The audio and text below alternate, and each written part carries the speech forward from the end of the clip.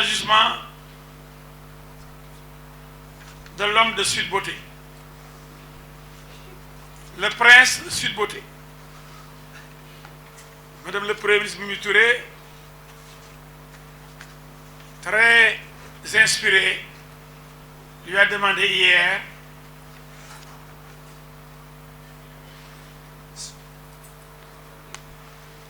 d'être plus sérieux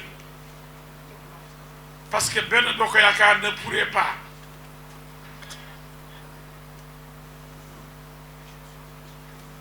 s'occuper du carnet de rendez-vous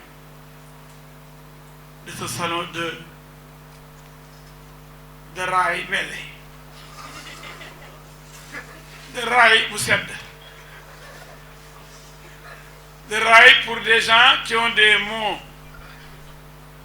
des souffrances aiguës et qui vont voir le médecin Adji Sarr, docteur Adji. Maintenant, non content de menacer, toujours menacé, il se permet de menacer la belle dame, la charmante dame, la grande dame, la forte dame, dame justice. Cette dame ne se laisse pas faire. Cette dame ne se laisse pas violer. On ne la viole pas. On la caresse. Quiconque s'aventure à la violer reçoit un châtiment exemplaire.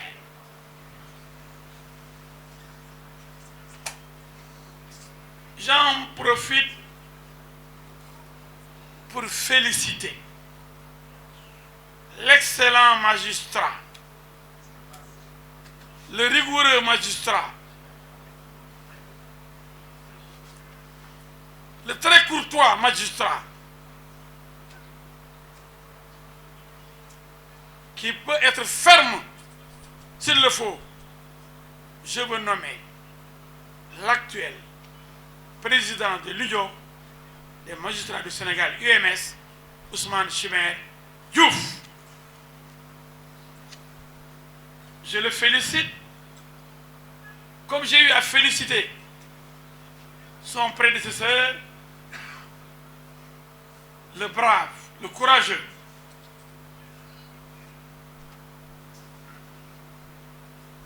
le pieux Souleymane Teliko.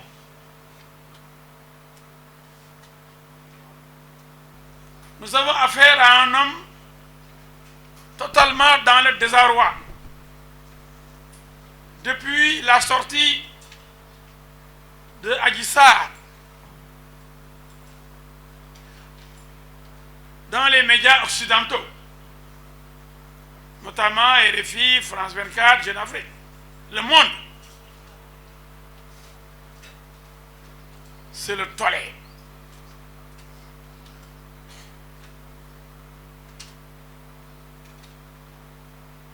C'est la débandade dans les rangs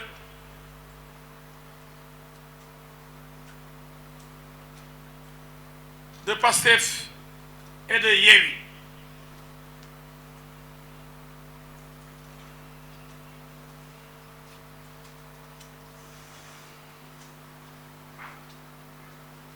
Des plateaux de télévision, de radio ont permis de découvrir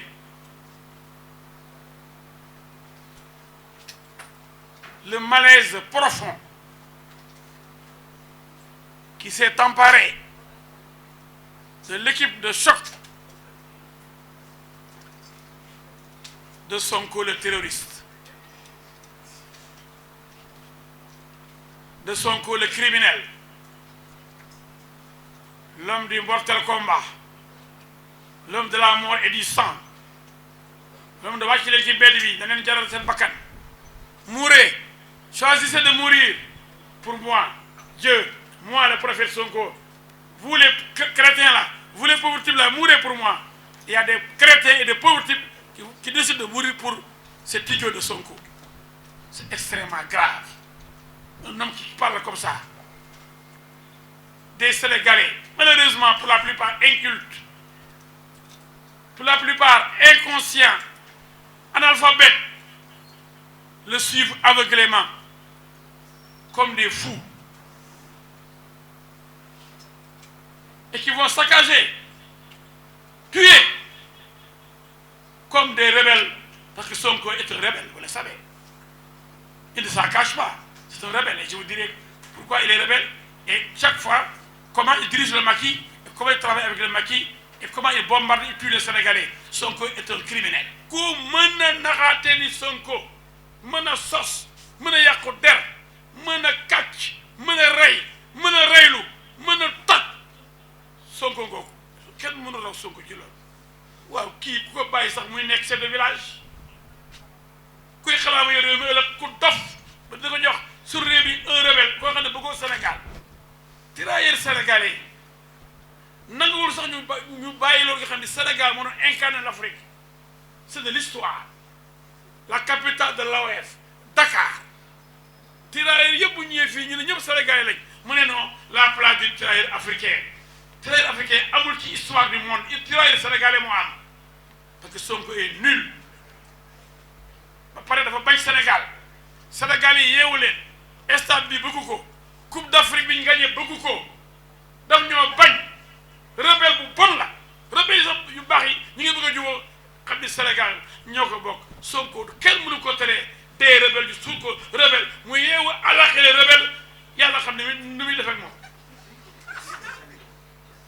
ndax 14 mois yëpp moom la moo ne mortal combat dem leen dee na leen jaral seen bakkan waaw moom kan la yow nit nga ko biir nit ñi ñàkk fay la dem di dee pour yow yaay kan daa ko fay jàng kenn da gënoo sell kenn gënoo fee bëgg Sénégal kenn ëppoo xam-xam kenn gënoo bëgg réew mi kenn am ay dof yoo xam ne xale yi yeewu leen dof bii bu mu leen yóbbu ci loo xam ne du noonu seen bàyyi ak seen ndey dañu ne yaakaar Sonko juru leen joxu leen biberon joxu leen añ jàngalu leen di leen nax ngeen doy leen ay xar ak ay béy daf leen ay xar ak ay béy di leen utiliser pour ngeen taal Sénégal ndax moom Sénégal taal ko tax jóg rebelle bu ñëw Sénégal la pour délocaliser le conflit Casamance indi ko Dakar yóbbu ko Ndar yóbbu ko Kaolack toj dëkk yooyu di ree nañu tal la Sénégal qui vrai terroriste criminel bu bon a ngi noonu. Alors encore Sonko di saaga magistrat yi di leen wan yéen du ngeen dara dañ leen a jënd ñuy wax mu attaqué le haut commandant de la gendarmerie le général Moussa Fall lu yónnam et puis c'est-à-dire complot amul lu yónni gendarme ci ku jóg génn këram guddi làqatu ay garde corps am làqatu chauffeur am nëbbu ay jabaram sol capuchon nëbbu kanamam dem ci benn lieu boo xam ne ci couvre-feu bi heure boobu ñëpp war nañoo wàcc ñu forcé ay jigéen ñi di ko nekk pour raay mbelle une séance de raay mbelle raay sama raay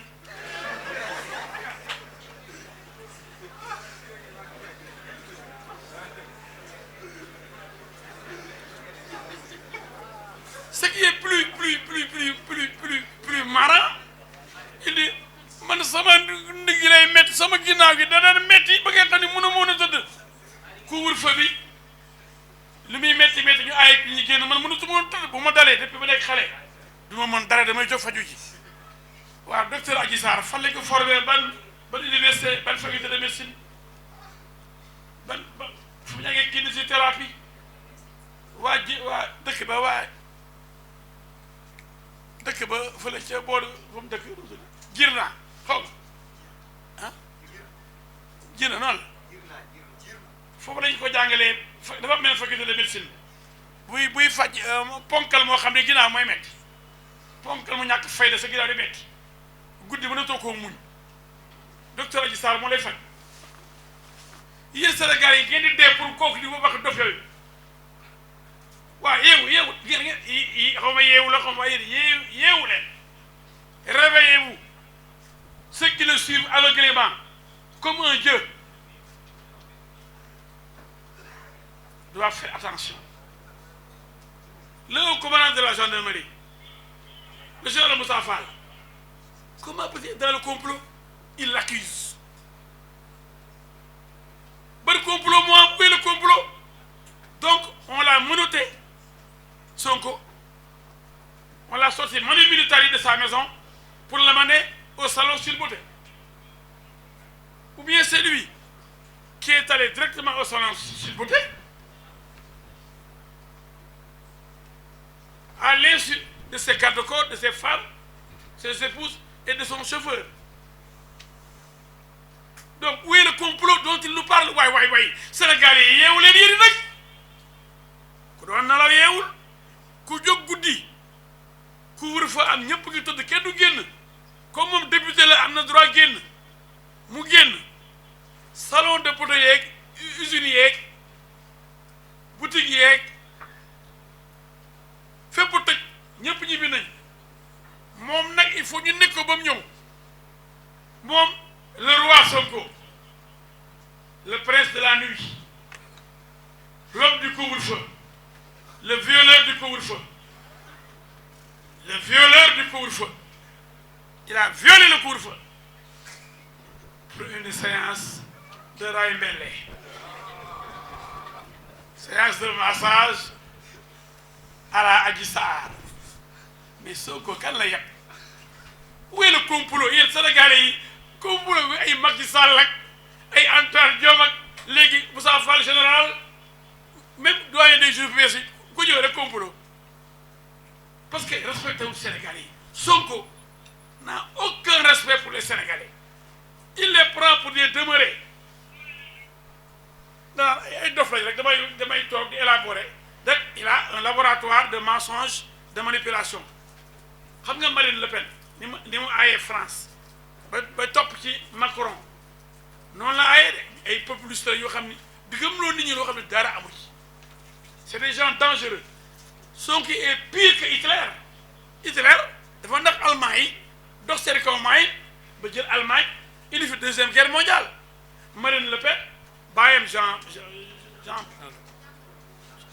Jean-Marie Le Pen naxoon fi français yi ba gagné fi Jospin dem second tour moom Chirac ñu mel ñu bonee ni la famille Le Pen dem ba nekk première partie de France ci ay naxee mbaay loolu lay bañal Sénégal ay bandi daje nax bëgg a nax Sénégal ndax pétrole bi di njaayee suufu Sénégal Sonko fa sàcc la yaa gën a jaay suuf sàcc bu bon la suuf si jeex na xel bi yëpp pétrole bi la nekk ak groupe bu mu àndal pour këf réew mi jaay pétrole bi am ci ay milliers de milliards ndax dafa bëgg xaalis nee ko tuur cotiser leen 500 francs wala 5000 francs ay dof ñàkk fayda di cotiser koo xam ni lamari ci salon de beauté yi la xam.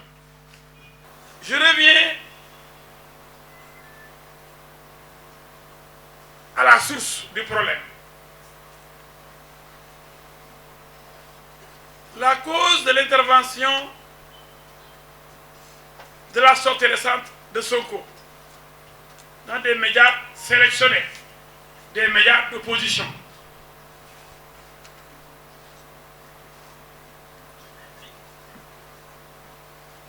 Parce que Adji Sarr a parlé. Dès qu'Adji Sarr parle, Sonko perd la tête. Et pourtant, il a parlé combien de fois, Sonko? Les gens se disaient, je suis Aïda Mbodj à l'Assemblée, man mënu ma défendre ku ma gisul parce qu'elle a été interpellée. C'est une femme qui a été victime, qui aurait été victime d'un viol. Aucun mouvement féministe n'a osé prendre la défense d'Adji Sarr. Parce qu'il y avait des menaces. Et quand on a interrogé Madame Aïda Mbodj, députée, qui défendait Sonko, elle dit, man ku ma gisul mënu ma ku ma gisul waxul dégguma ko mënu ma ko défendre. Quand Adji Sarr a parlé, après plusieurs conférences de Sonko et de ses amis,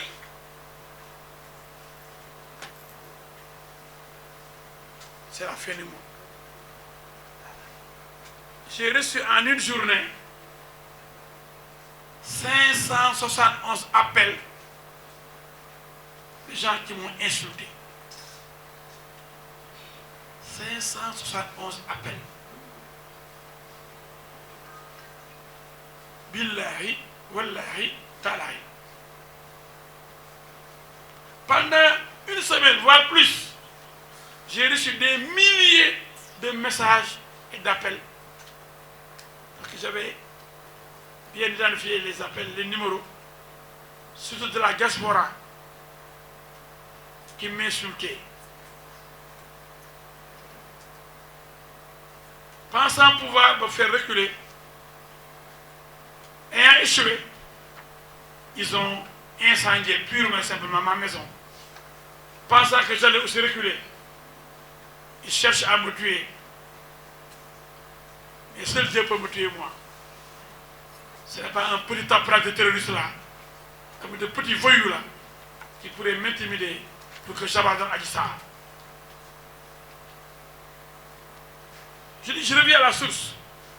C'est l'intervention d'Adji Sarr qui a perturbé le sommeil de Sonko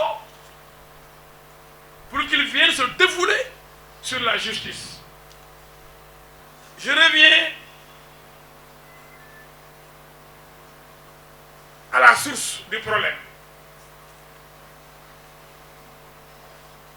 La cause de l'intervention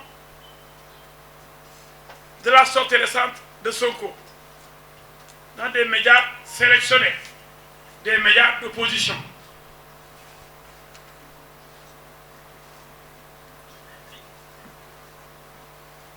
Parce que Adji Sarr a parlé.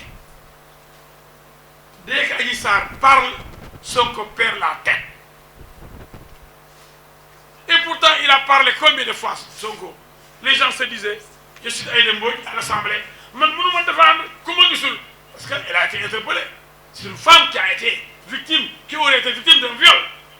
Aucun mouvement féministe n'a osé prendre la défense d'Adji Sarr. Parce qu'il y avait les menaces. Et quand on a interrogé Mme Aïda Mbodj, députée, qui défendait Sonko, elle dit, man comment Gisoul,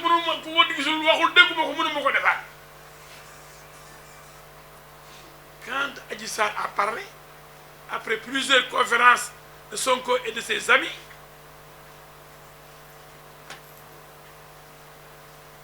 c'est la fin du monde. J'ai reçu en une journée 571 appels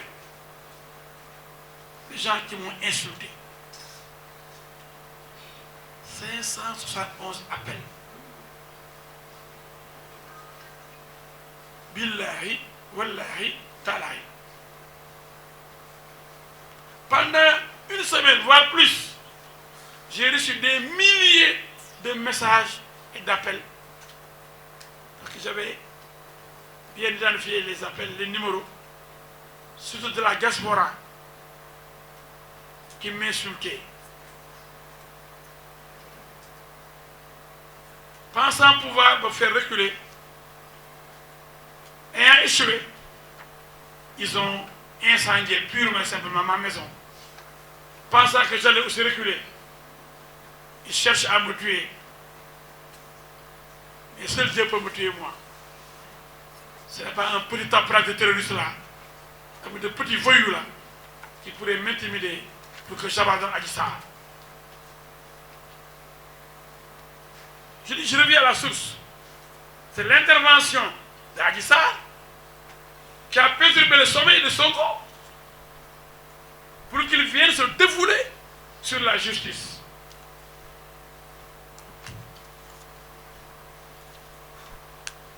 Ah, il a pris un risque.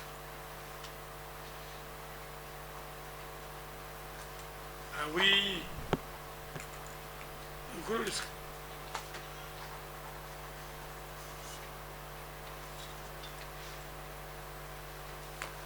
Alors, Adji Sarr n'a-t-elle pas le droit de s'adresser à la presse étrangère dès lors que la presse sénégalaise ne veut pas l'interviewer? Et la presse, je suis très clair, la presse sénégalaise n'a pas cherché à l'interviewer.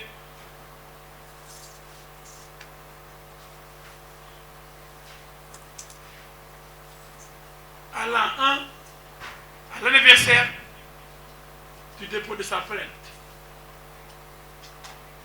Des journalistes français qui sont installés au Sénégal, qui ont couvert des conférences de Sonko, que j'ai vu sur France 24,